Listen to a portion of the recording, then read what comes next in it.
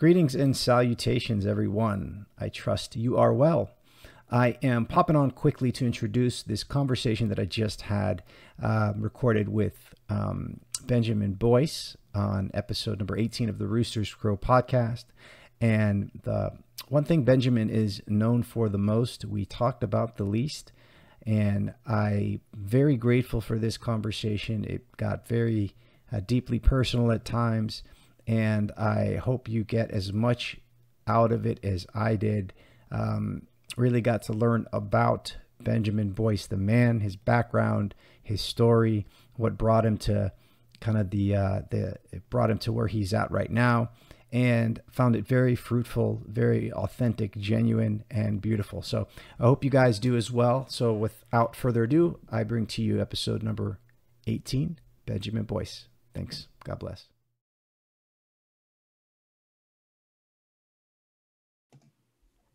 All right. So welcome to episode number 18 of the Rooster's Crow. I am blessed and grateful to have with me Mr. Benjamin Boyce. Hello, Benjamin. Hello there, James. How is your day going? I think it's going okay. I would have to recompose it in my mind. I will just say it's nice. It's very sunny here. Nice. Good deal. You're in Oregon? Or just outside of Olympia, Washington. Oh, Washington. Yeah, that's right. Okay. Yeah, I know a lot of my subscribers will be familiar with you and your work. And I guess kind of how I'd like to conduct this interview is to get to know you a bit. I've seen a lot of your work, but I haven't really heard much about Benjamin the person. So if you don't mind, and you can go into as much detail as possible, if you can give us a little background in terms of where did you grow up? What were you like as a kid? What were your parents like? And what were your kind of religious perspectives as a child through your parents? When I was 10 years old, I went to a summer camp at the Bible college that my mom and dad met at. And they met I was born in 76. And I think that they had me when they were married for 2 years. And I think that it only took a year for them to get married. So probably 72 or 73. They were going to college there. And it was Bethany Bible College, somewhere in California. I think it's in, I don't know where it is in California. I know it's south of Sacramento somewhere, but north of LA. Might be in the Bay Area. I don't have any idea. But when I was 10, I went to a Bible camp there. And I remember having this experience where I was in a worship service and I was overcome with a very, very powerful feeling of love that suffused me and overtook me. And I began expressing that in tears and singing and probably speaking in tongues. I do. I remember I was speaking in tongues. And so I'm 5, I'm 10, and I'm very impressionable. So it was probably a Pentecostal service. So I was probably expressing in the form that was me. And I know that I had already been witness to Pentecostal services. So I describe speaking in tongues, but I don't know to what extent that was just an imitative property. But I do remember that it was prompted by a very powerful feeling that was coming from the inside of me, outside of me. And it was accompanied by this knowing that God is real and God loves me and God loves everything. And that God's love is what sustains, I guess, reality. I'm putting that word into my 10-year-old mind. And then, I'm sorry, Dad, but my parents came and picked me up a couple days later, and I told my dad that I was speaking in tongues. I told him about that experience. He's like, okay, well, do it now. And I didn't know, I wasn't offended with my dad. I loved my dad, and I loved him then, but I didn't, it felt very inappropriate to me. Because it wasn't something that I did. It wasn't something like I could recite a psalm or say the ABCs or do a math equation or, perform something. It wasn't like that. It was something that I was guided into doing and not guided by a command from the outside. So when you ask, what were my, I can't remember how you phrased it, but you said, what were my religious experiences through my parents? And Yeah, well, what were were, your parents religious, organized yeah. religion, Okay. spiritual but not religious? Kind of what was that like? Yeah. So I explained that or that experience because my spirituality and my stance on the knowing that is embedded within religion doesn't come from religion. It is housed by religion. It comes from something inside of me. Hmm. And my entire spiritual quest from that moment till my early 20s was contained within the need to attain a direct spiritual experience, a direct spiritual experience. And I knew that that didn't come from any sort of human artifact or from one person to another. That came from the power of God. And the power of God supersedes everything, including belief that man can accomplish. But that said, I think it's pretty obvious that my parents were religious, and I grew up in the church. I grew up in many churches, and my father always wanted to be a pastor, eventually got his master's of divinity at a seminary in Chicago in the mid 90s, and then was a pastor until he retired and became a chaplain now. Hmm. Was that at a Pentecostal church? What this happened? No, I think they got tired of the Pentecostal stuff. We ended up at a very community-oriented church in a very mild Nordic denomination called Swedish Covenant. Hmm. And my father went to North Park College in Chicago, which is by the Covenant Church. I think they dropped the Swedish Covenant at some point, but it's the Covenant denomination. Very chill, very kind of Lutheran-esque, just like some service and some singing, songing, and then doing good things with Yeah. the power of God, kind of stuff. Was there a communion? Yeah, yeah. I mean, once a month isn't. I think communion is once a month, or is it every week? I think is it every week. It's got to be every week. It's been a long Yeah. time. I stopped doing communion when I was 19, and I Hmm. haven't done. No, I did it on accident in a monastery in France a few years ago, and then I was told not to do that Hmm. because I wasn't Catholic. Mm. So Yeah. Kind of snuck one in on them, huh? Snuck one by them. yeah, I don't know. It's like, okay, I was just in the Catholicism. I love Catholicism. If I had access to a Latin mass, I would do that. Yeah. Yeah. Is there not any of that around where you live, or just? If I had access to the desire to find one, I probably could find one pretty easily. Yeah. Yeah. So I'm Orthodox. My parents grew up in Greece from a small village. It's a little bit outside of Mount Athos, actually. Moved here while my mom was pregnant with me in the late 70s, early 80s, and went to Orthodox church with my grandma and grandpa until I was about 12 years old, and then left it completely. Studied philosophy very heavily in school, and kind of went through almost every philosophical school you can kind of think of, from the German idealist, the existentialist, the French postmodernist. Had a love affair with the French postmodern philosopher Gilles Deleuze for many years. Hmm. Yeah. What did you love about that? What did that give you access to, or his work? Um, looking back on it, it when I read the work, it was like a spiritual experience in a sense. And I think that he was writing at a time, where the having any metaphysical or transcendental claims about anything was a big no-no, right? But the words that he were writing he was explaining kind of a spiritual phenomenology, but he wasn't calling it that because it was couched in, an imminent materialism, right? But when you look at it, it's like, well, he's just enfolding the transcendent into his materialism, and it's I have this idea that it's breadcrumbs for future philosophers to kind of work out, because he wasn't able to really, I think, speak openly. I don't even think he was doing this consciously about what he was writing, but it was just following kind of a path at that time. But long story short, I now have a family. I have a wife and 3 kids, a 6-year-old, a 3-year-old, and a 1-year-old. And I'm attempting, and I have been for the last 2 years to, last year and a half, to return to Orthodoxy. And my wife and I got married outside of the church. We found a rogue Orthodox priest. Um, at that Oh, time in 2012, I was considering myself, Greek Orthodox culturally, but I didn't, yeah.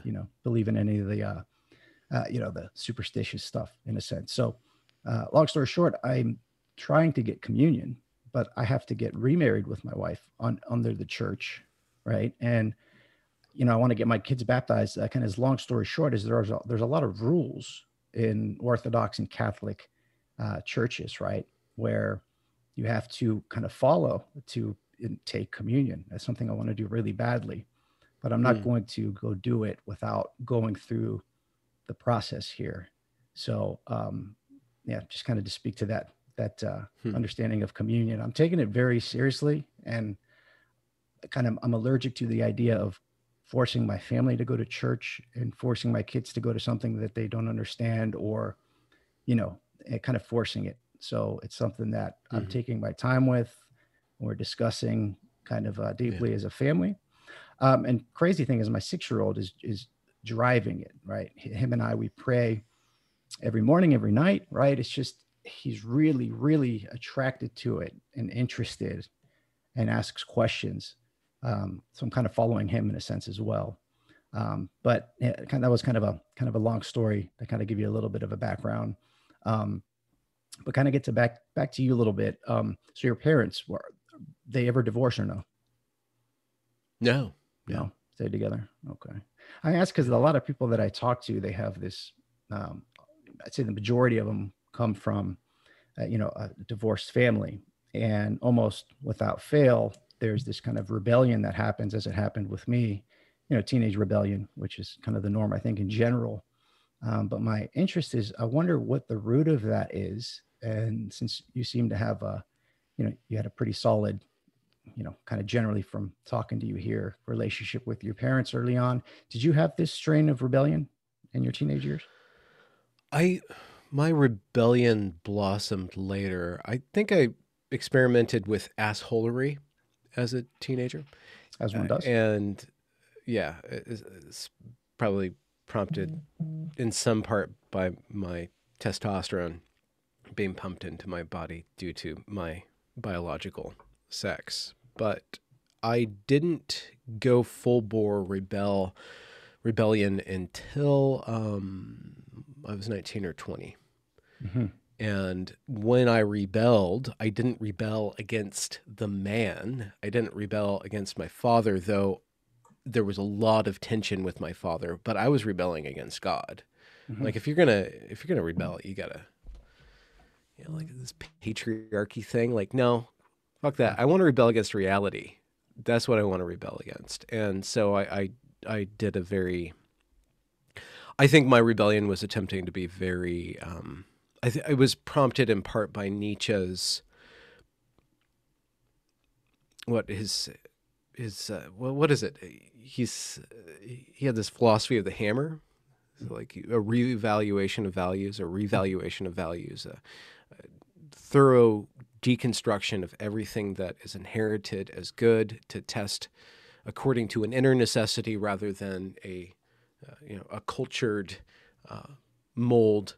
What is my limits? What is the limits of the real? And what is the proper way to be in the world, both Mm-hmm. socially and individually? Which was a really terrible experience, really wonderful and really terrible at the same time. And I kind of made a string of Faustian bargains, and I finally found something that worked for me. And then I had to go through a process of reintegrating what I was, because I had ended up breaking myself. I didn't just break everything that I was inherited. Like I was breaking myself, and I broke myself to a certain extent. I couldn't do it anymore. I received some grace, and then I embarked on a process of rebuilding myself. Hmm. So yeah, Nietzsche had this idea, obviously, of the death of God, and I think he was commenting on something that is already happened. And I don't think he was saying it in a affirming way. He was saying, you know, God is dead and we've killed him. The blood is in our hands.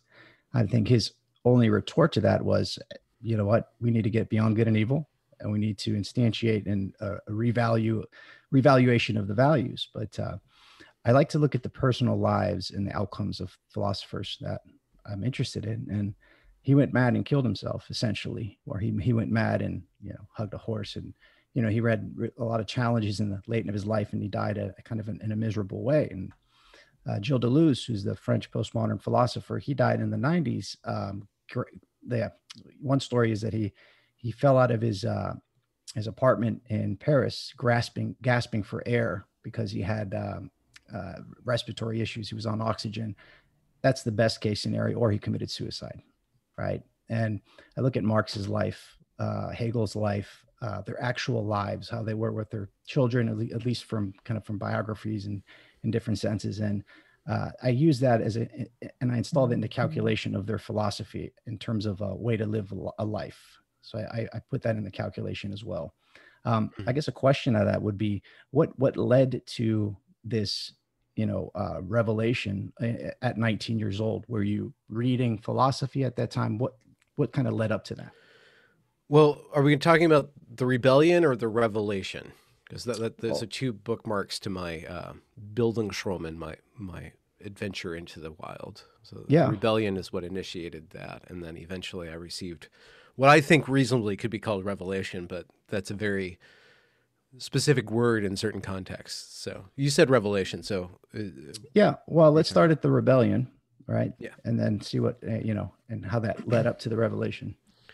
Well, there's a desire for the new. There's a desire for power. There's a desire for self-actualization. Being an artist, I was very compelled to play with everything. And what was handed to me was a liturgy and a book, a holy book, that was already written. And all you could do is translate it and interpret it. That's all you were allowed to do. You weren't allowed to, like, make a new story. It's all done. The beginning and the end's already there. You have your Genesis, you have your Revelation. It's all already been writ. So there's no room for me in there, except to be a parasite, just to be derivative of that. So there's that kind of impulsion, which is very prideful, of course, to escape that. And then once I started reading, I had no idea the amount of work that people had put into art and literature.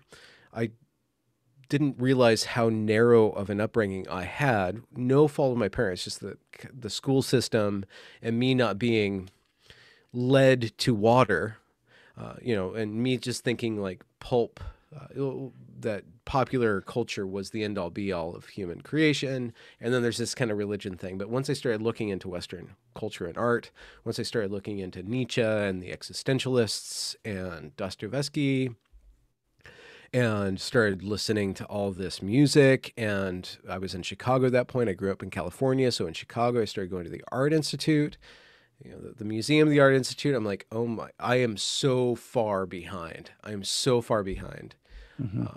And so there was this need to catch up, and this need to be free, this need to reinvent, this need to play.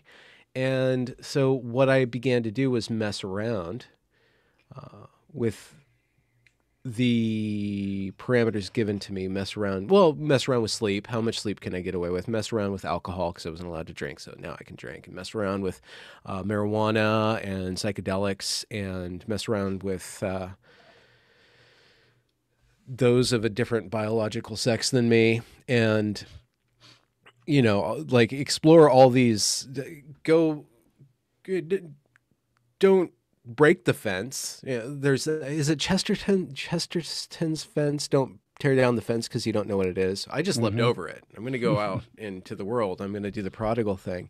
And that was, there were moments where I was reading a lot during this. And there's this moment where I was sitting on my back porch, and I had been really, really wrestling with my faith for a year and writing about it a lot and trying to figure out what God is and how to be in the world. And what Jesus means, or who Jesus is and all that. And I was reading Plato's Republic, and Plato says God somewhere in the middle of the book. And I just read the word God, and I had that word God encrusted with all of this meaning, and the word God broke out of that, and it just shattered. And I just had to look up. I'm like, what that is much bigger than anything that I was thinking it was. It's much greater than that. And I would just have a lot of experiences of this profound realization that things are a lot bigger and a lot more complex and a lot more powerful than I thought in my narrow way. And I myself was feeling this great surge. I think it was like 21, 22, very, I think it's very age appropriate to have this very strong surge of my own potential. And the way that my brain could work had never been, I didn't know that I could be this way. I could be this inventive and this playful and this creative. I was having this creative outpouring, and this attractive too. So for some reason, I became attractive to other people when I just kind of passed through life pretty much invisible. And for this moment, I was getting a lot of attention, and I didn't know how to wield all this outpouring and this inpouring of attention and potential. And I kind of lost my way in that. I kind of came into a flowering, and then I went into a Great Depression, and I'd been trying to escape a depression for a long time and escape like the gravity of the world for a long time. And I just wanted to dance. I'd get these feelings of dancing and being really light, and then I'd get this feeling of being really, really heavy. And I could just never escape that cycle. I could never, ever escape that cycle. And so one day I just drew a line in the sand, and I said, okay, there's two paths of spirituality. There's the path of the will, and there's path of surrender. And the path of surrender means that I would have to quiet myself and become a vessel for God. And maybe God would give me grace and fill me up, or maybe not. And I would just be humdrum and a humble person. There's the path of the will, on the other hand, where I get to claim everything that I am, but I don't have forgiveness down that path. I have a hardening of myself and a concentration of everything I am, but I kind of already sensed that it's just a magnification of everything I am, but not really a deep personal change. And I felt that was really constricting in a way, but really intense too. And I had those two paths offered to me. I knew that. I'm like, well, God, if you're real, then tell me that you're real and give me proof that you are real, or all I really know is my own self. And therefore it's kind of important that I just concentrate. I just become selfish unless you prove me that I'm that you're real. And the thing is, I'm very myopic in this period of time, and I keep on getting these very profound experiences that God is real. God is constantly like blowing me apart, and I keep on forgetting that and saying, because I get filled up with this will. And so I kind of drew a line in the sand, and I kind of made this magical operation. I made this kind of this book of magic to go as far as possible down this kind of Faustian, this kind of Faustian slash. Is there any story in the Bible of somebody kind of tempting God or taunting God in a way? Like, yeah, probably plenty. Yeah.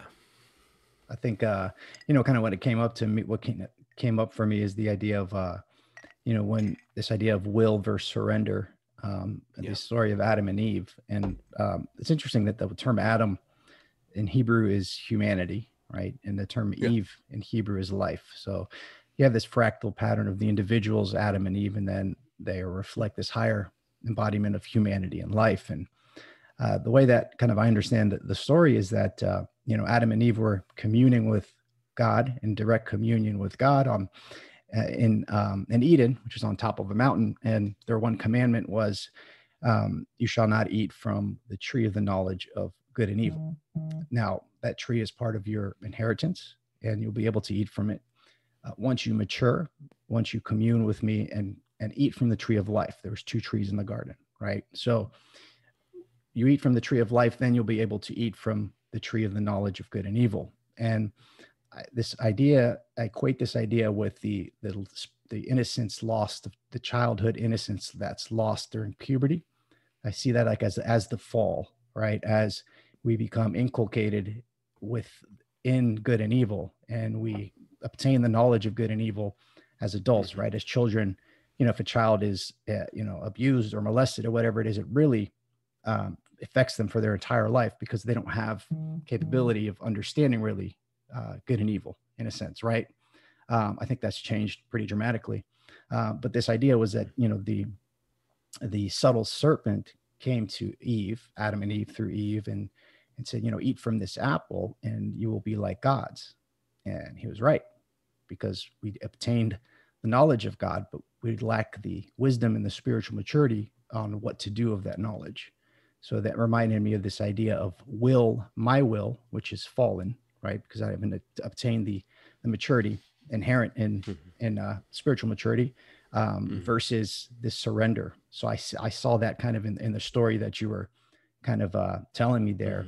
Now, were you having these? So that was pretty introspective about what you were like at that age. Was that what was going on in your head at the time, or is this something that you're reflecting on? 20, 21, 22. I've told this story a lot in my head and in my writing, and ultimately that's the container of all of my writing, is this 4-year period between 19 and 23, 24. So there is a lot of mythologizing, or this this lacquer of retelling the story over and over and over again. But what it comes down to is those different experiences, the experience of utter depression and utter elation and going up and down, and then the experience of kind of seeing through cracks in reality in two different ways. One in which I would see light, or light would start shining, and another where I saw this other world, this world of power, this world of gods, and of very, I guess, archetypal forms would be the most acceptable way to put it. But I would see cracks into these two spiritual worlds, these two kind of spiritual domains that were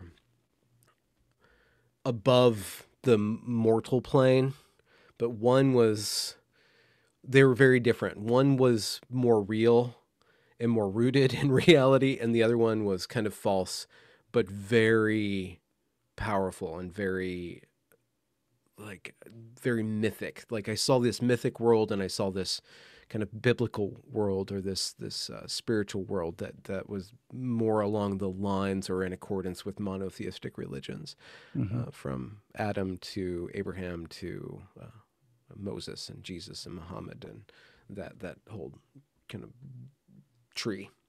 And then I saw this other tree. But, I would see those visions, but it would always be snapped back into the reality of myself as a embodied person. And I would have to start over every time I would achieve some sort of vision or crack. I'd see something, and then I'd wake up the next morning and have to start over again as just a creature, and kind of struggle back out of that. And that culminated in two things. Like I said, I said, well, there's the path of the will, there's the path of the surrender. And I met this young woman, very brilliant young woman, just really out there. She just kind of came up to me and started talking to me during my break. I was working at the Starbucks, and she came up to me and she's like, "What you're reading?" I'm like, "Well, I'm reading Nietzsche. I think I was reading, it's a collection of works,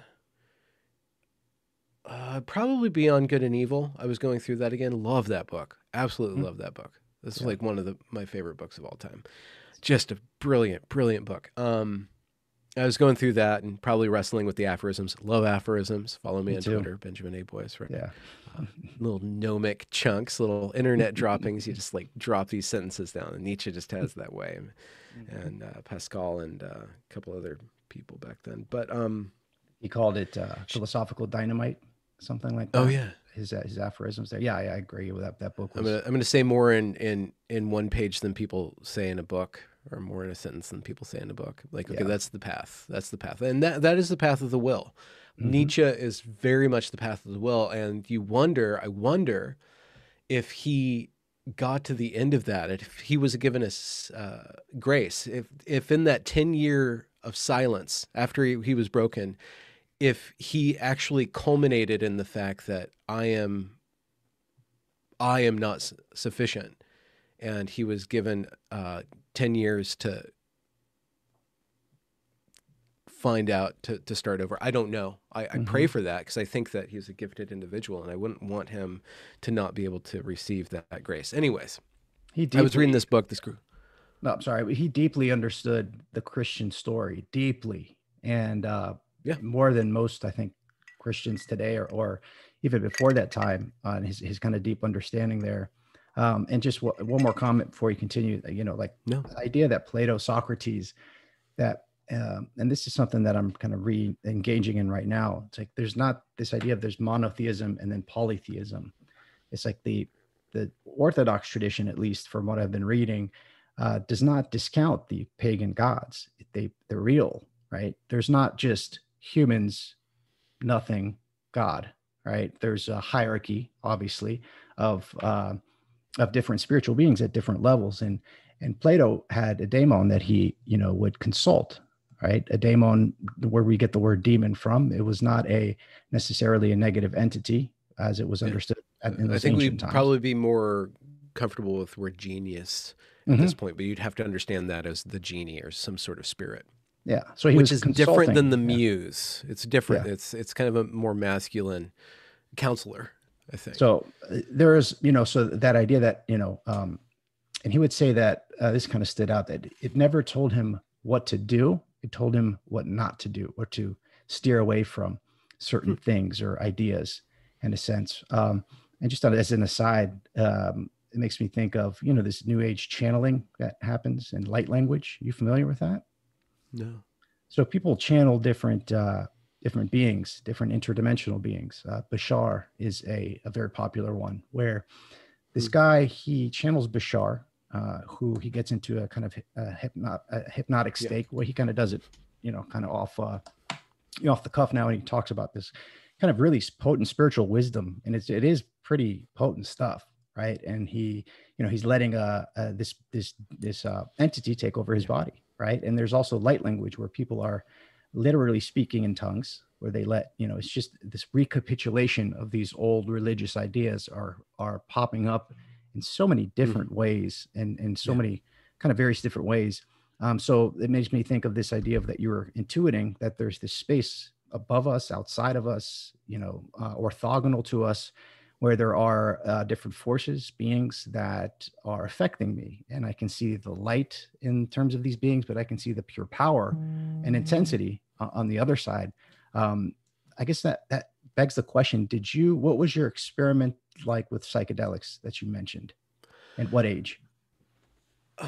So probably just a year let's see. Yeah, it was probably just a year. Did some mushrooms, and then, and then I had this one experience on LSD that was absolutely hell. I went to hell. God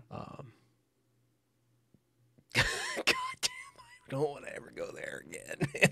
Not a good place. I lost control. I absolutely lost control, and I was in hell. That was... And I lost control, and I went to hell because I tried to claim myself. I tried to claim my own power. I was tripping balls, and I'm like, okay, well, and I already started my book of magic. I'm like, okay, well, let's go through the operation.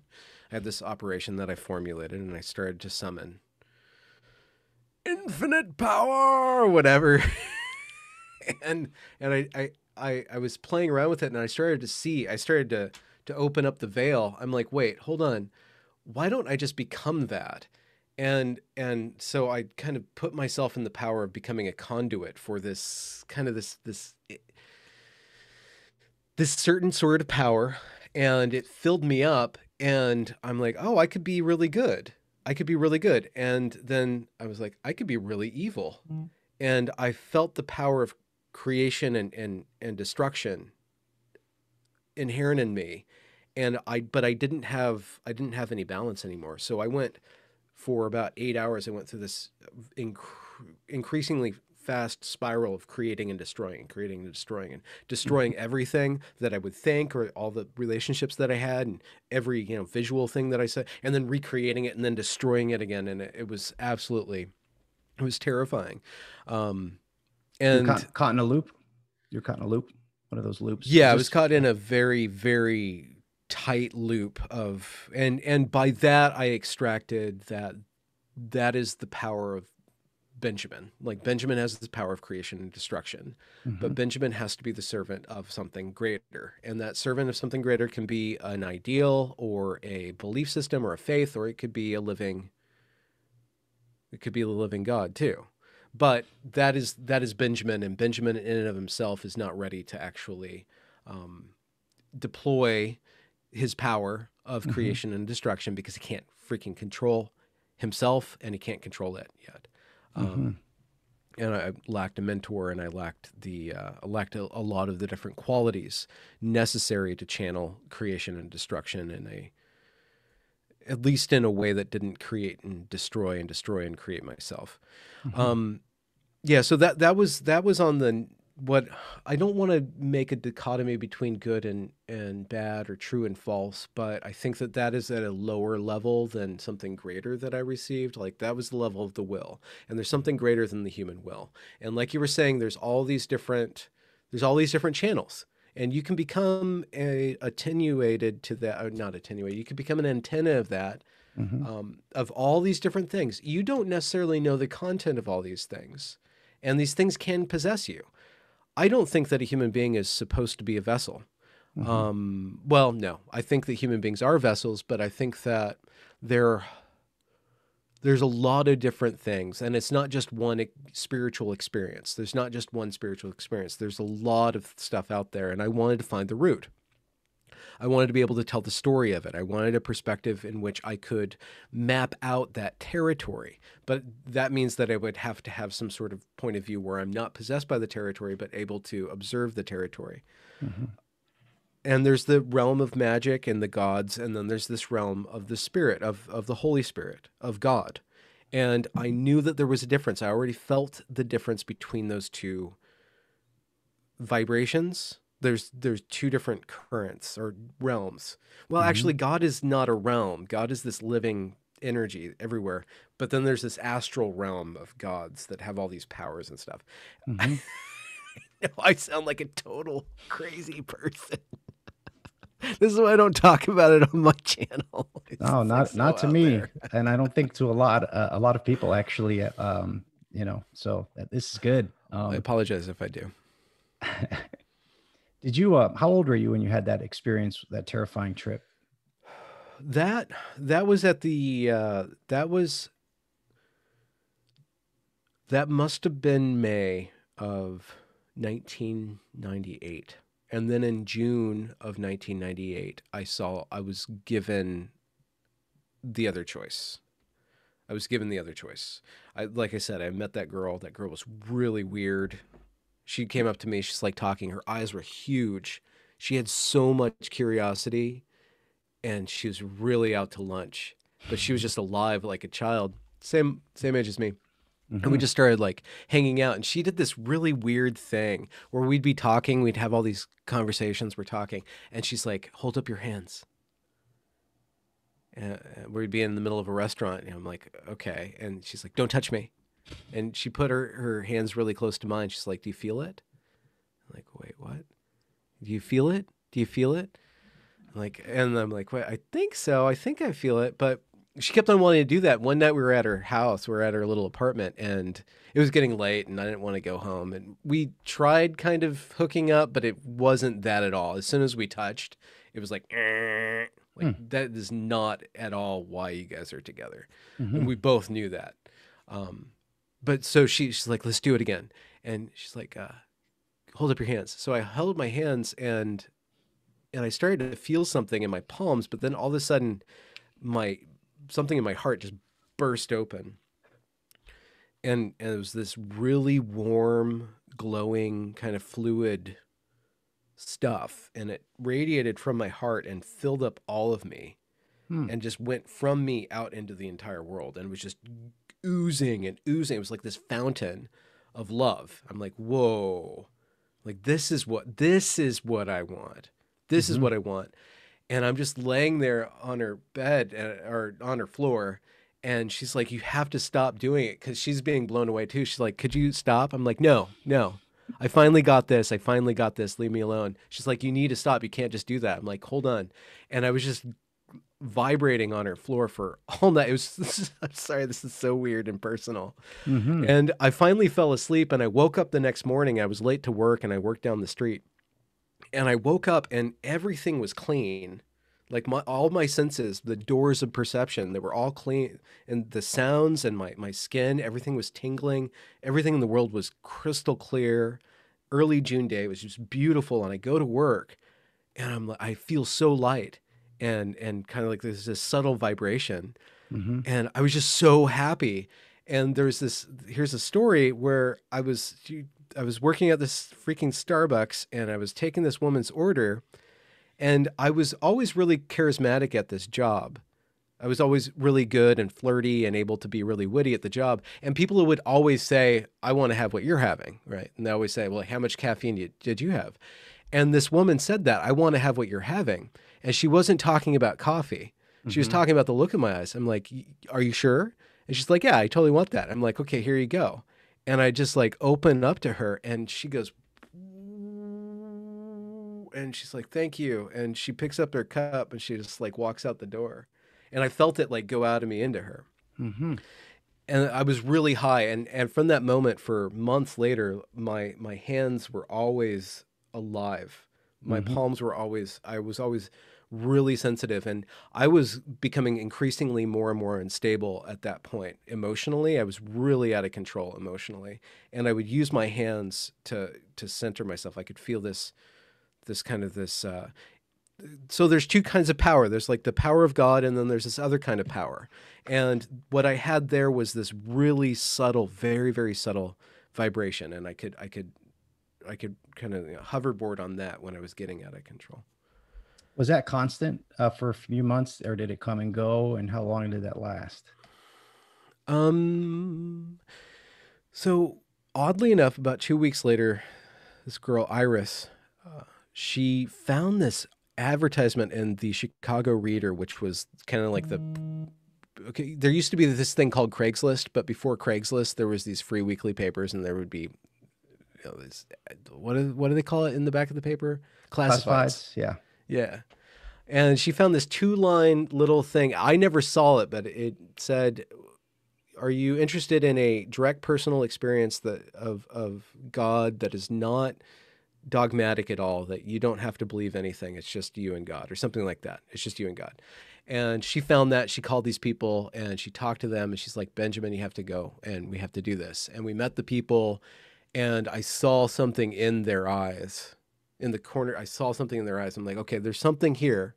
There's something real here. And I was always adverse to cults, adverse to anything where people control you or tell you what to do. And that's kind of another story that falls into it. Like there's a good cult and a bad cult, and there's a controlling cult, and then there's just kind of a group of people that have a common shared value set with stories and narratives and worship that syncs them up together. But you could always kind of feel the content of people and that's how you feel the content of people. And I felt the content of these people was really, there was something special about them. And so one day I went to their meeting. They had this meeting. They were just renting this church up in Evanston, which is just north of Chicago. I took the train up there, and I sat outside the meeting that they had, or this exercise or this worship that they did. And I wasn't allowed in the door, but I could like sit outside the door and just be quiet. Let's just be quiet. You feel it or you not feel it, because we can't really tell you about it. It's you either feel it or you don't feel it.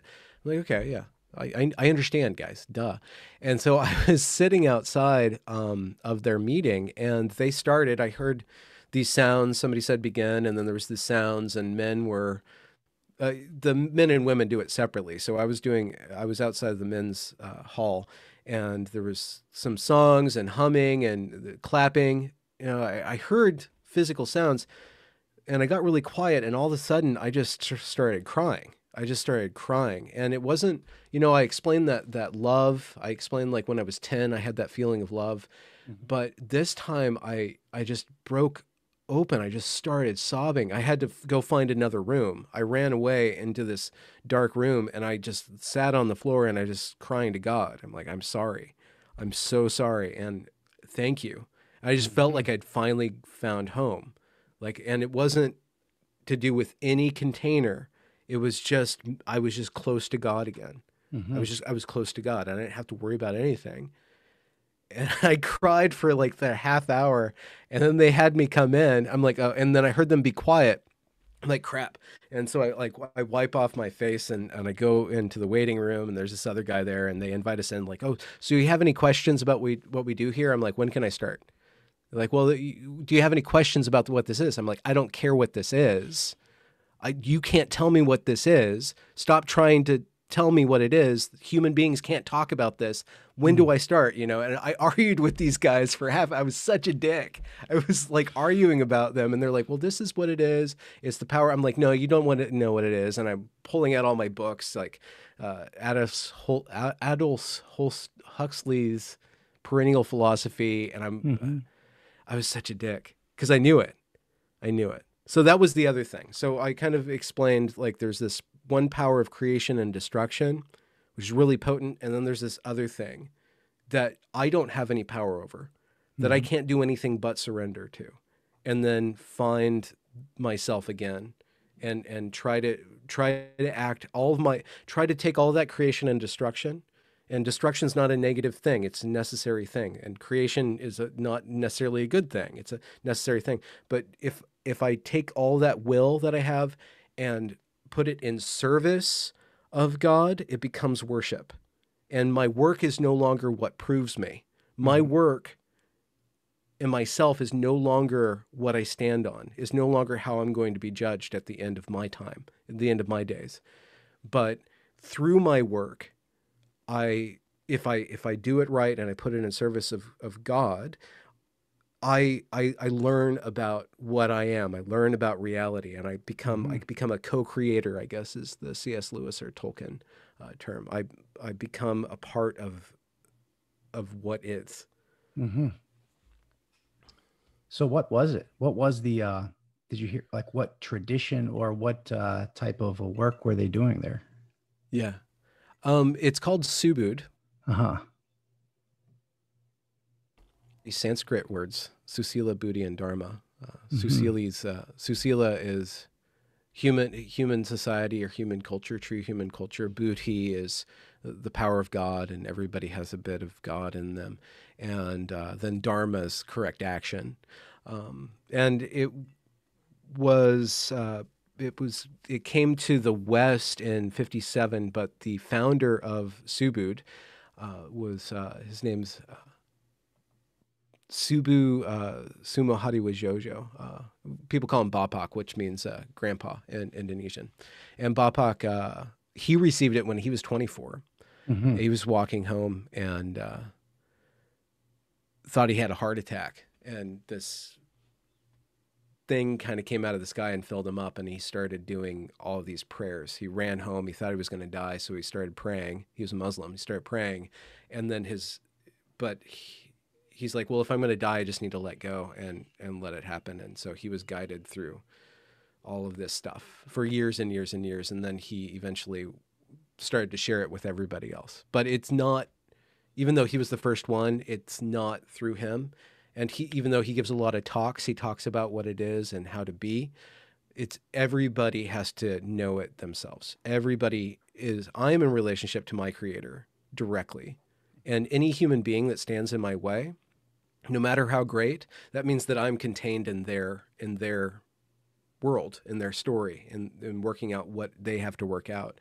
And I have a lot of work to do that I've inherited from all my past, all my sins, and then all the sins of all my ancestors. And there's all this work to do. And Subud, in my experience, is just, it's like the tree of life. It's just sometimes there's a story of Genesis where there's a fountain I might be making this up, but when I imagine Eden, there's this fountain, there's this little spring where the 4 rivers flow. And that's what Subud is. So Subud doesn't replace religion. I still need religion. I still need creativity. Religion is how I connect with people, and it's how I know how to live in society. Subud doesn't replace that. It's the thing inside. It's the wine inside of the cup, inside of the holiest of holies. It's that. And my job is to taste that and then to bring it into every other layer of life, and not it doesn't outmode everything that came before. Now, is that your perspective now, or was that your perspective during this experience and after? During that experience, when I was about to turn 22, I didn't know what it was. I know that there was these two. I was trying to figure things out. There was other experiences where things just kept on getting rowdier and rowdier, and I was given the gift of lightning for like. There's some really weird stuff that was going on with me, and I kind of broke, and I was given I was offered to do Subud, and I experienced it, but then I kind of went back to my other nature and said, I don't need that. I don't need like another container. I want to do it myself. But I kept on getting very profound signs that it was absolutely essential for me if I wanted to be saved. I don't know if that's the correct word. If I wanted to be liberated from that cycle of very high highs and very low lows, Subud would be the only way for me to attain balance and to zero in on how to be in the world. And so eventually I accepted that. And then once I started practicing that, then the problem is, it's like you surrender to God, and then you start going through all this crap. You start just going through you get broken. It depends on who you are, but I had to be broken over and over and over again. You purge. Over and over and over again. You have to purge, right? There was a lot of vomiting all this crap out of me. Then there was a lot of the world just like would hit me in the face. I'd lose my job. I'd lose my girlfriend. I would just like everything that I built out of my will had to be let go of. And up till my will itself started to be broken down in order to, and so what ended up happening by the time I was 24, I just had to run away from my life and start over. And I started over utterly. And I ended up in a preschool classroom as a teacher's aide. And I had to just start to learn what a human being was, because I didn't even know what a human being was. And the only way I could learn that would be to just pay attention to 3-year-olds and 4-year-olds and study them and help them and teach them. And through teaching them, understand what it is to be a good human being and to be in society, to be a functioning member of society, and also to have access to who I truly am. By witnessing who these children are truly, and then being myself truly through storytelling, through creativity, through songs and music, then those 3 aspects of, Susila, Buddhi, and Dharma were able to be inculcated in me. And that's kind of where Benjamin kind of started as an adult. Yeah. Wow. That's an amazing story.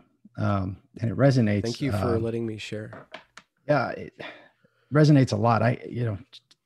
My hands are sweating a little bit. I had this mom spaghetti. I had a similar experience in 1998 too, when I was 16. Oh, really? And I was hanging out with friends, and my buddy had a Visine bottle filled with liquid LSD, and they thought they'd play a prank on me and overdose me. No. So went to hell. From what I remember of it, it was complete. I drove to get away from where I was.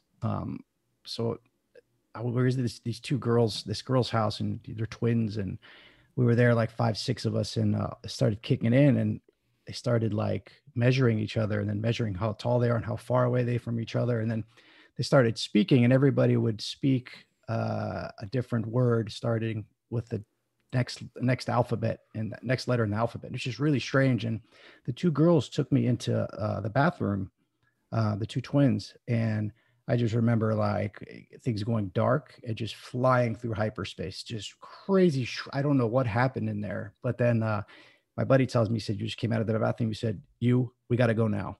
We got to go now. And I left. I had my buddy with me and I got in my mom's car and was driving.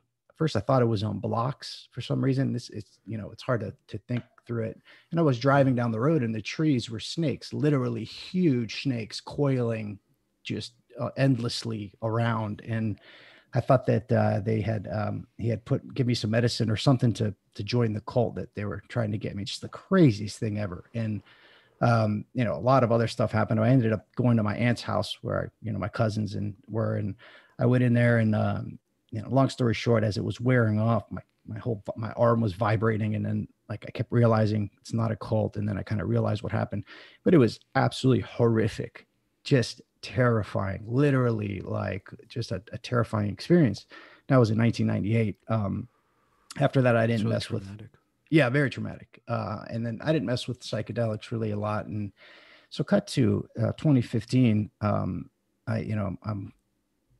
my son was born. I'm working, I'm doing well. I went to college, married now. And, but I still have these problems with anxiety, this generalized anxiety that's underlying, unfocused anxiety that's always been there. And I've always tried to self-medicate, and I was addicted to opiates before that for many years, and then was on this medication called Suboxone, which is supposed to, it works to block you from taking opiates, but it's even harder to come off of. And, I was taking Adderall and always just self-medicating in many, many, many different ways. I've been to many, many different shrinks at that point, just prescribing me different things, like not even listening, just like, essentially I'd go for 15 minutes and he'd give me whatever I wanted in a sense. And so I found myself in a Chinese medicine doctor's office, a traditional Chinese medicine doctor's office to do acupuncture. And I'm like going through everything that I can. And I've been reading at that point, I guess, some Eastern philosophy and whatnot. And so I had this experience when I got my first acupuncture treatment where I had a very similar experience where I felt just this rush of I don't know, spiritual liquid come over me, like through like just a crazy experience, and everything became clear and like lighter, like the trees, everything was just brighter, but not like shinier. Like it was like more, it was deeper. The contrast was a little tweaked up a little bit. And it was wild and intense. And that would happen. And for 3 or 4 days, I would feel that high, and then it would go down. And then I would go again to get acupuncture, and it would happen again. And I started like, oh, it's chi, I felt chi. I'm like, this is crazy. And I got obsessed. I'm like, so I found a Qigong master in our area. So Qigong is energy cultivation. Qi, it means energy, right? Gong means cultivation, like Gong Fu. And I started practicing intensely every day. And we would do, movements, meditations, visualizations. And, we would do a lot of work with our hands. And in traditional Chinese medicine, the heart is connected with your palms. That's how we give and we receive, right? So you have a heart chakra in the center of your palms that's connected to the heart. Heart is also connected to the tongue in this system as well. So I would be doing a lot of work, energy work, and in doing that, I would go through periods of purging, like just psychological upheaval that was very intense, and I would have to stay in bed for like 2 days, and then I would like feel really high again, and then like just kept going up and down. And my poor wife is like, what is happening? And in that time, I started getting into crystals. Like they just shown to me. I found myself at this place that were selling crystals, and they just were like speaking to me like in a weird way. Like I'm getting kind of goosebumps thinking about it. And this was 2015. I started really studying deeply traditional Chinese medicine. I was going to go to acupuncture school. And I ended up quitting my 6-figure job to start a healing business. I got certified in Reiki. Reiki is a type of hands-on healing, right? And I would practice Qigong all the time. And the idea is if you practice this cultivation, you can share this energy with others, and you can help them. You can help facilitate their own healing, right? You're not really healing others. You can provide them with this with this cultivation of life energy, right? And it can help them through their process. And so I quit my 6-figure job. I started a company called Trinity Energy Works because I live in Trinity, and started seeing clients where I would do Reiki. I would teach Qigong twice a week. And I was doing that. And it was, I felt so, I'm like, I'm helping people. I want to help people the rest of my life. And almost ruined my marriage, right? It destroyed my bank account. Terrible business idea.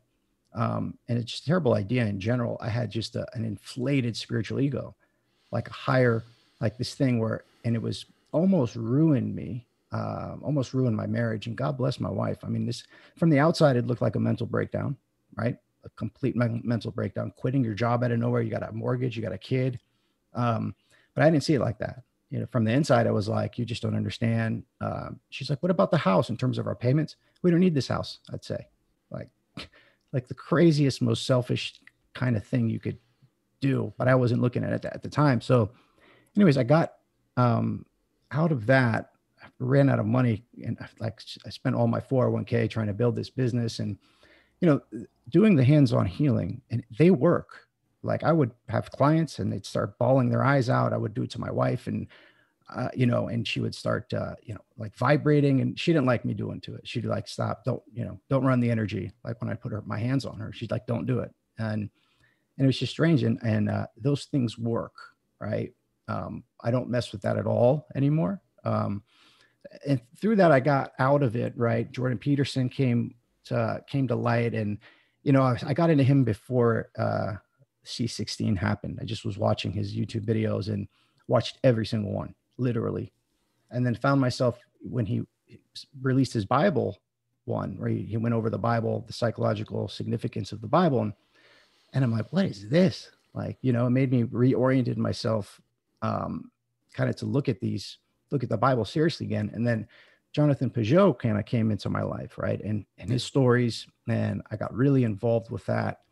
And that saved my marriage, changed my life dramatically. I have a job where I'm completely happy and very blessed and happy and grateful to be where I'm at now. I have 3 kids now, right? But I went through that, and kind of reflecting on it, it's like the way I look at it now, and with psychedelics as well, because I've had some other experiences, and doing energy work and doing kind of this type of stuff, I liken it to a child playing with an unlocked iPad, right? Where you have awesome videos, dirt bike videos, cool pictures. You can see all this cool stuff, but we're not, you know, I don't have the nervous system to really deal with this, whatever it is, right? So just like a child can go to some crazy porn site out of nowhere by accident, and something will enter his consciousness and change him forever, right? It will never come out.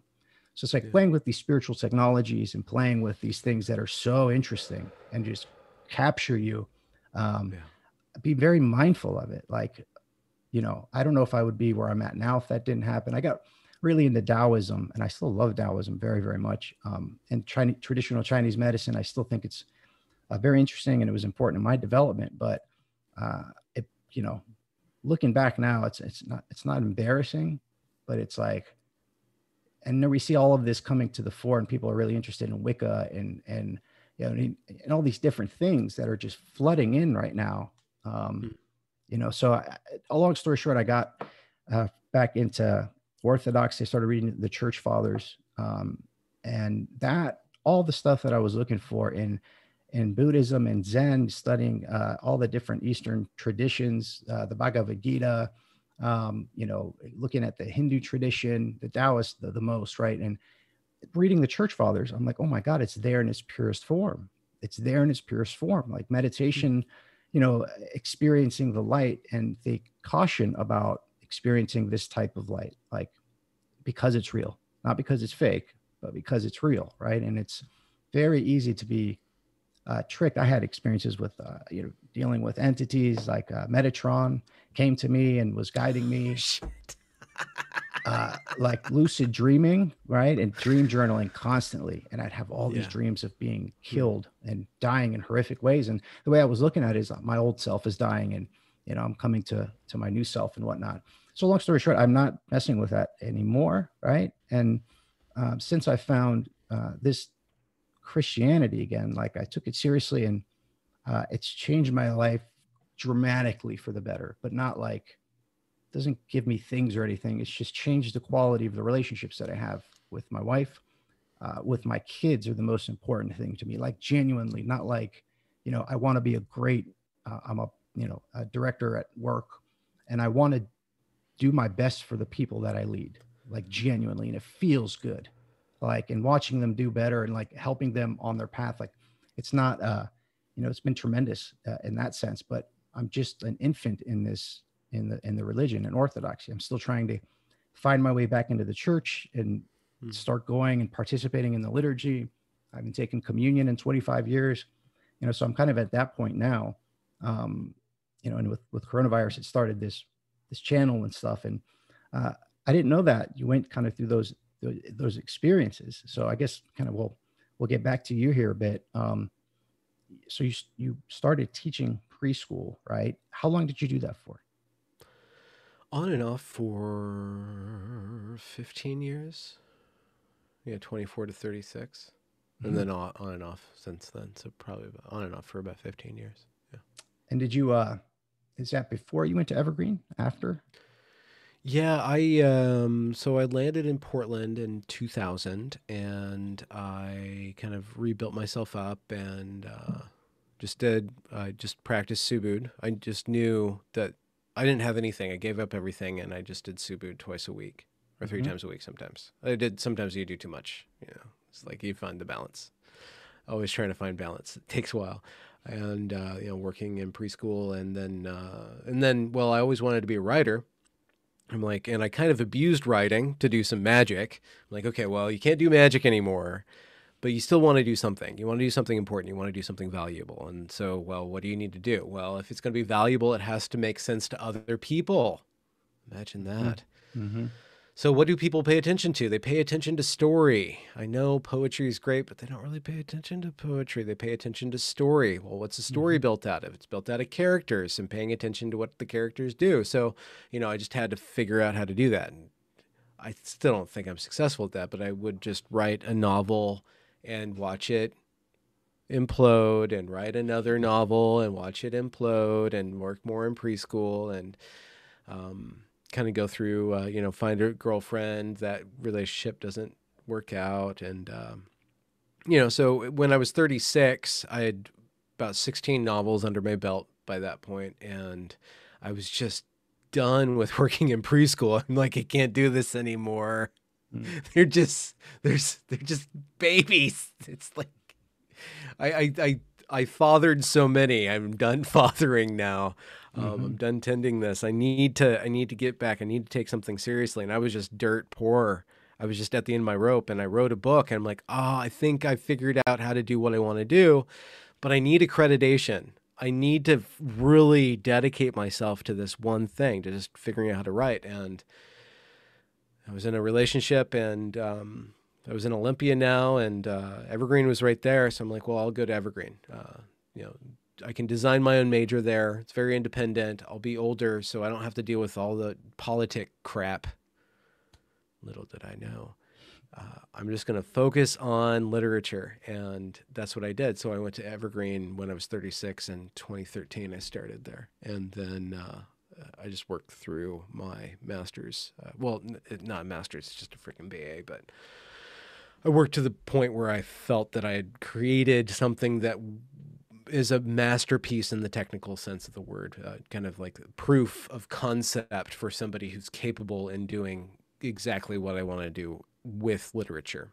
And then I was thrust into this completely other medium of the oral rather than the written word, and the video and the talking head space and the storytelling in this form now, which is just completely different than what I had been trained in. But once I found an audience here, my whole life changed. My whole life has changed since 2017. Yeah. What a decision that is.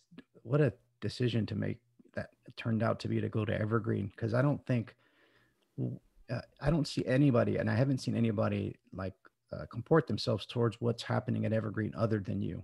That's been there. Literally nobody other than Brett Weinstein, obviously, but it's a little bit of a different flavor. Do you think there is something, some broader pattern that led you to Evergreen? Or do you think there was a happenstance, or how do you kind of see that? Well, okay, you're not using the word, but you're evoking the word. And there's two words that I feel that I have a really difficult relationship. One's fate and one is destiny. Mhm. And as a storyteller, whenever in a story a character starts talking about fate, what they're actually talking about is the writer and the plot. And they're calling into the audience's mind whether or not this is a good story or not. So it's a fictional construct. Fate and destiny is something that we impose on life. And yet there's this purpose that is given to us, and there's this greater storyteller that is shining down on us, that is giving us a story to live, and it's giving us purpose.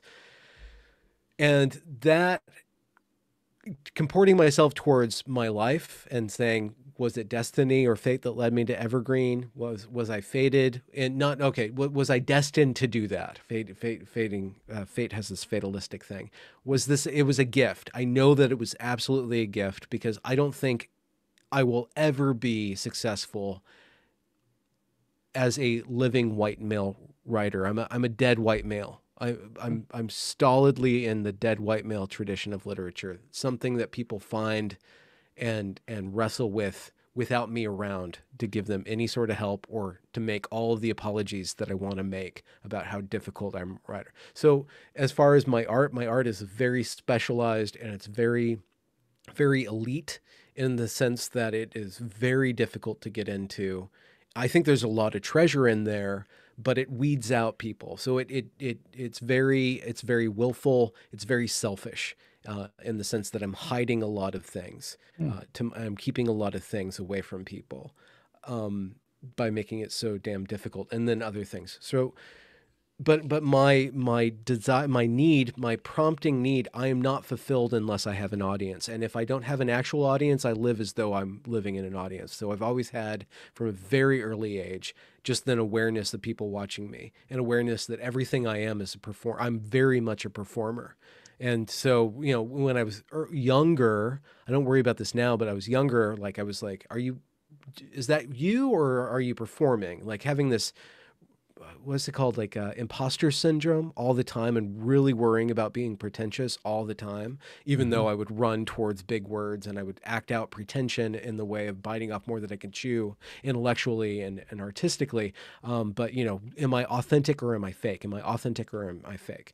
And, but that has kind of melted over the years. I don't really care about that anymore. Directly. But I need an audience. And then so I wrote this book at Evergreen, and I finished the book, and it was the last book that I could write. It was like I had written 20 novels at that point. I wrote this book, and I was in the shower after a year of writing this book, just and being really crazy for that entire year, talking to myself all the time and dealing with all this really weird artistic, like really going way out there in the symbology world. And I'm almost done with the book, and I'm writing the last chapter is this epic poem, kind of in the vein of Paradise Lost, and it just follows the story of a daughter of Adam and Eve and a son of Adam and Eve, and both of them are immortal, and the woman is falling through time. She's falling all the way through time, and the man is in the first story, and he's the son of Adam, and his entire life happens in the first couple chapters of Genesis, but what he creates is that world of power. It's the first man.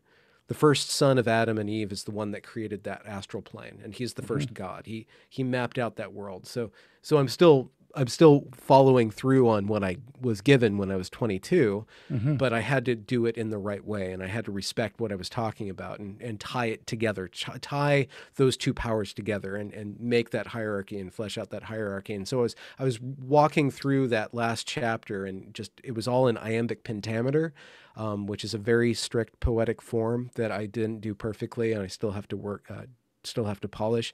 But in that poetic form, I had been experimenting in this last book with all these different poetic forms, like very strict poetic forms, rhyming schemes. And once you internalize a rhyming scheme or a poetic form, that in and of itself kind of takes your brain out of it and allows the story to, allows you just to receive the story and place it down. So at that point of this project, it was writing itself, and I was feeling it writing itself. And I had like so many pages left, because I said the last chapter is going to be 24 pages.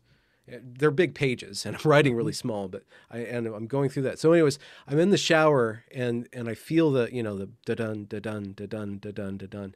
And I'm like, I'm almost done. I can die now, and it doesn't matter. Like literature, I'm free. I'm finally free of all that ambition. 20 years, I'm done. I'm clear. I'm free. And like, it was elating, but at the same time, like I had nothing now. I spent all that life and I had nothing, and I know nobody would ever read it. Like, I know that. And then 2 months later, Evergreen gives me this story. Like 2 months later, I just right in my lap, all around me. And actually for those 4 years, those 4.5 years at Evergreen, I'm watching this story. I'm filming it myself, and I'm watching it be filmed by others. And then I start to talk into a freaking cell phone. And then people start listening to me. I'm like, oh no, I have an audience. What do you have to give them content. You have to give them content. So I'm just like, content. I get all these emails. I start reading emails into a cell phone. And then I'm like, well, what do I have to do? I have to do something better. And then for the last 4 years, I've been developing this whole, Benjamin Boyce web channel. And that has gone through all of its own development. And one quick thing, I was reading, I just did Ramadan, and it just ended the other day. And Ramadan, you fast. For me, how I do it, I don't do super extreme. I don't do anything super extreme. I try not to. But I just fast from 6 a.m. to 6 p.m.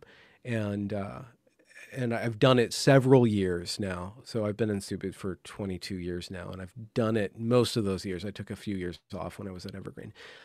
And I did it last year, and I did it this year. And in the last 10 days, after you go through these different levels of the fast, the first 10 days, you're just purging. The second 10 days, you're kind of preparing. Something's being prepared, but you're really slow and really quiet, and you start giving up different forms of stimulation, like Twitter and others, these things, like they just start losing value.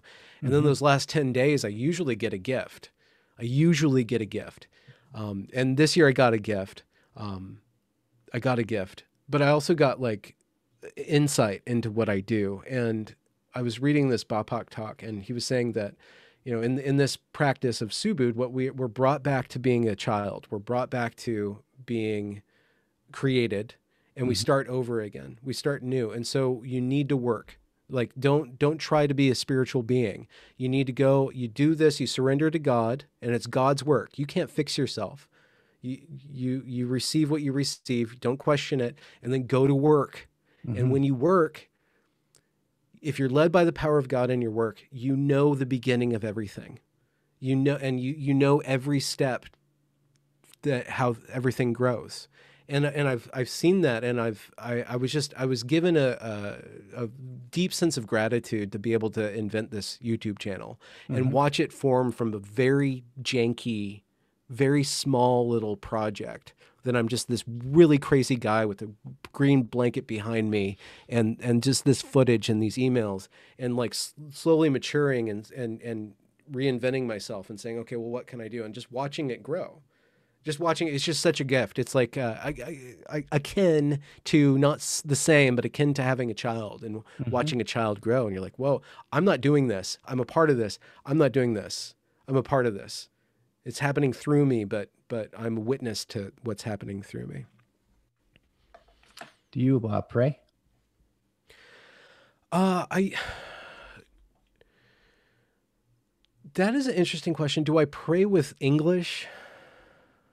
Or do you pray at all? Like, when you fast in Ramadan, in that tradition, is there a prayer that's accompanied the fasting? Okay, so I don't do the Muslim prayers, and I should pray with my language. I should pray with English, but I do Ladihan, and I get quiet. And I just say, for me, prayer is just Allah and Jesus. I just say these names. I just say these words. I cross myself. I can feel that. Just little communions with the Spirit. That's what prayer is to me. I guess I should probably be more I probably should be more disciplined and do an actual prayer from a tradition and actually pray for people that I say I should pray for, you know, people in trouble. I should actually do that. But I just think of them and I give them up to God. So I'm really not as disciplined as I should be. I'm kind of short in that area. Mm-hmm. Yeah. So, yeah, that's really cool. I appreciate you sharing that with me very much. So you have faith. Like, yeah, I just saw, you know, instantiation of what faith is, right? Of, you know, it's like when for the new to come in, you have to let go of the old identity, right? And you had this old identity that was invested in this book and it was completed, and you could have grabbed onto it, that old identity, and then the new wouldn't have came, but you let go of it and then the new came, right? Is this something that you were doing consciously, or are you reflecting back on it in terms of how you just described it? I remember that moment in the shower, Mm-hmm. just relief and terror and just like laughing at myself because I invested so much ego into this freaking project, these 7 freaking books, man. I'm slowly publishing them chapter by chapter on Substack. So if you just want to know how difficult I am, go to aliastodream.substack.com, and the first chapter and the 5th chapter are free. But it's gated. I have to gate it because you have to pay for entry. You have to be a masochist if you want to participate in it. You say alias to dream? Yeah, T-O? alias, ALIS. Oh, alias. Sorry, let me spell it. ALLES. ALIASTODREAM. Alias to dream. .substack.com. I shouldn't be as disparaging to my child as I am, but he's my first child, so I beat him up. I treat him pretty harshly. I treat the work really harshly, whereas I'm very gracious and grateful for my YouTube, my daughter, my second kid. You know, I love her and I adore her, you know, and I shower her with praise and gifts, you know, but like the freaking like that.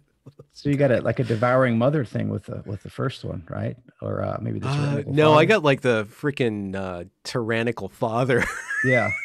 thing going on there. Is there any reflection in, I guess we can go for a little bit longer if you got maybe 10 more minutes. Yeah, about 10. That sounds okay. good.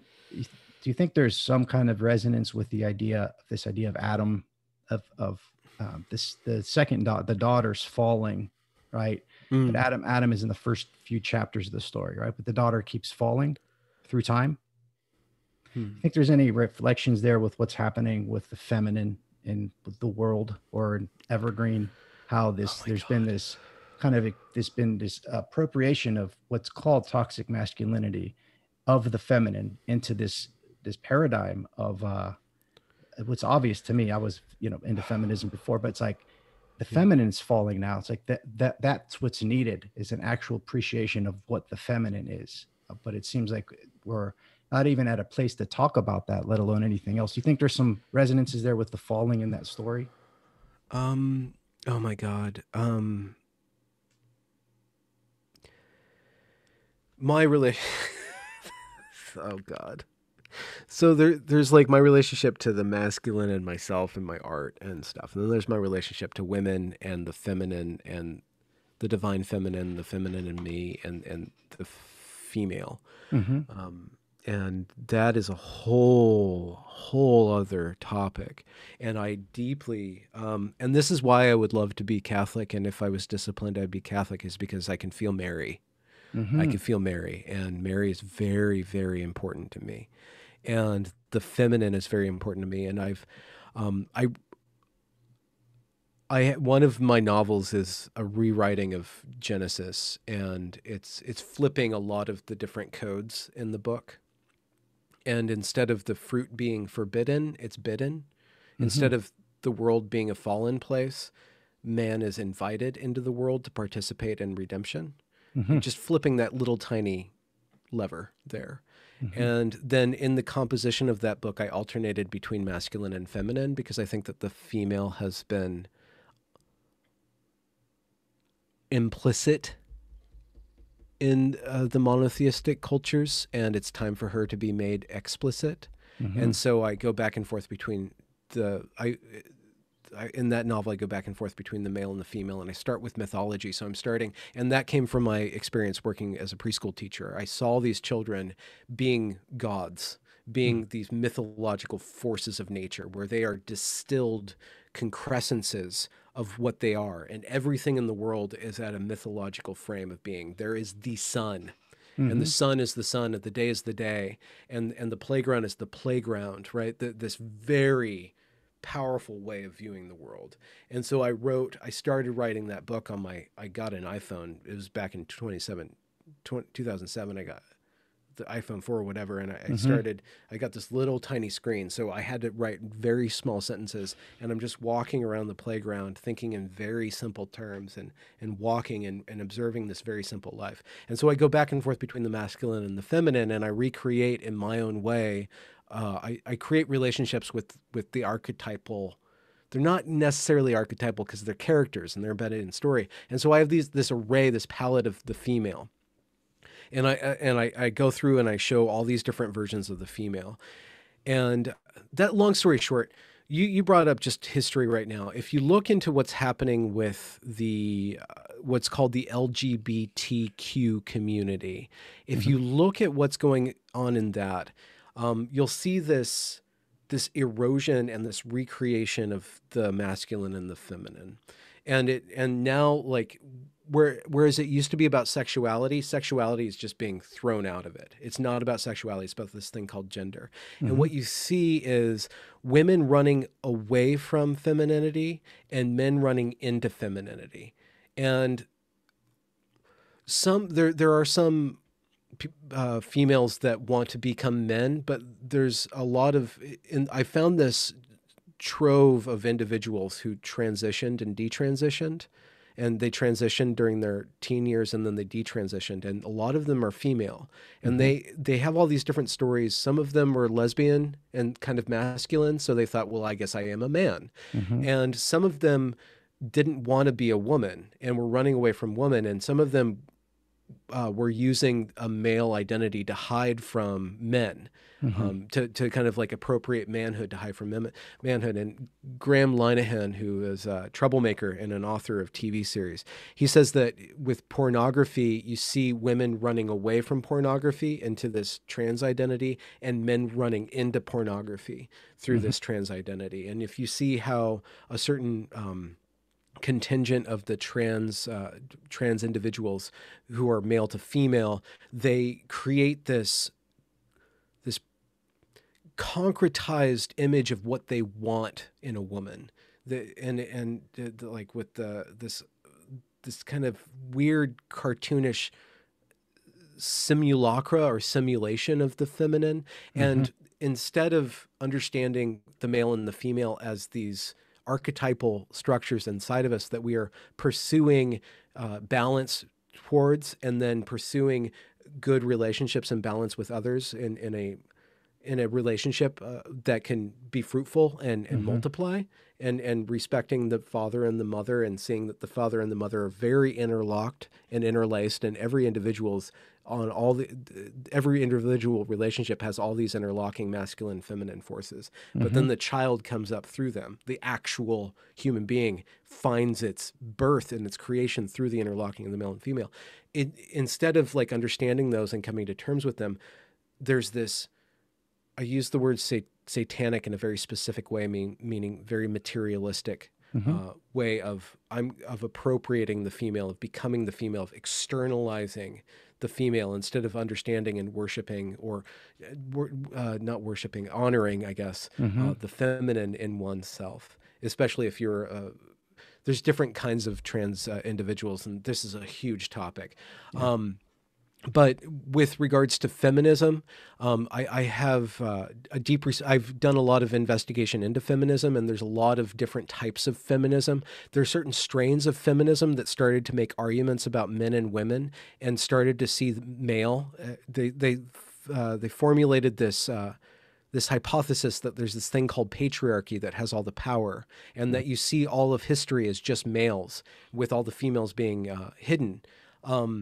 And this is the problem, and this is the work, and this is the work of any mythologist and any mythology, especially the church. They need to understand that the female needs to be represented now, and it's not adequately represented. So there's no answer to this question of what the female is. There's all these stories of the patriarchs. There's not a lot of stories of the matriarchs. Where are those stories? And I think that they were hidden because they were the women's domain, and the women, maybe to a certain extent, were suppressed. Maybe it was called heresy and suppressed in a certain way. You can see that, you could read that into history, but also women prized the oral tradition, and we didn't have the technology to record the oral tradition.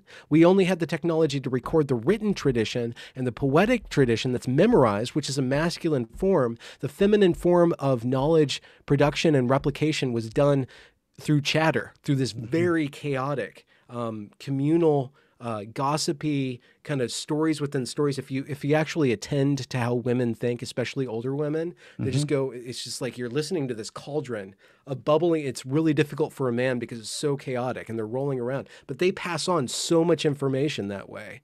And it's not easily distilled. It's not until you have the novel and the printing press where we had a form that's sufficient to the female. And so the form of the novel, especially with Jane Eyre, the Bronte, Emily Bronte writes Jane Eyre.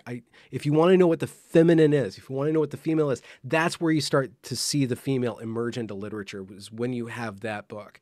And if you are sensitive to the female like I am, like I had a profound experience of starting to really understand women through that novel, and through all my relationships, like, which are very novelistic. The way that I interact with women, it's over time, and it goes through all these different phases. And that's why I have adopted or co-opted a certain sort of femininity in my work, by which I mean listening. Listening is a very female activity, and it's very feminine, because if you look at what a female does, is that the female in nature listens to the male puts in a word, and the female listens and allows that in that profound act. It's self-effacing. You think that it's not powerful because it's not putting itself front and center. So you think that the female hasn't existed all this time. The female is the dome under which everything has happened. The female is the question for which I am just the answer. Like the profundity of the female can't be contained in this concretized masculine form. We have to actually erase ourselves in order to attend to it. And certain strains of feminism thought that females becoming more like males is the path to empowerment. And they erased and they discounted the actual deep, very profound, scary, terribly powerful force that is the female. And I think that we've lost that. I think that we've lost the language by which we can relate that to one another. And I think that narrative, narrative couched in certain spiritual religious traditions needs to be upgraded somehow. You need it somehow. And I know that's against the rules. And that gets back to where I started. Like, there needs to be a lot of work on these traditions, but it has to be done correctly. But it can't not be done, because there's questions that aren't being answered by it. Yeah. Wow, that was Sorry, wonderful. I had a rant on that. What was that? Jane Eyre? What was the book? Oh yeah, Jane Eyre. Let me. I'm not recording, so I can use this. Yeah, So Bronte, Jane Eyre. Okay. When was she writing, you said? Oh, when was that? It was published in October 16th of 1847. Okay, interesting. Yeah, that's something that is very interesting and relevant to me for some reason, is following that trail. And just, I guess we can leave it here. Just How many daughters do you have? You have one daughter? I have one, yeah. And pay attention to her. Yeah, 100%. And I just have had the Theotokos in Orthodox. I mean, Orthodox, the mother of God is the place where truth happens. Like, it's the burning bush is the feminine, it's space where the truth arises, in a sense. And she's just come into my life, and I'm developing a relationship with her, with the mother of God. And it's beautiful. And I pray to her And just recently it's happened, and she's come into my life, and I don't know what's more important than this last part of our conversation. So I've taken up more of your time than we allotted, man. But this was really, really great. I appreciate you opening up and having this this dialogos with me, for sure. Yeah, thanks for creating the space for me to get so vulnerable. Yeah, man. Let's do it again. Absolutely. All right, man. Thank you. God bless. All right. Have a good day. You too, man. Ciao.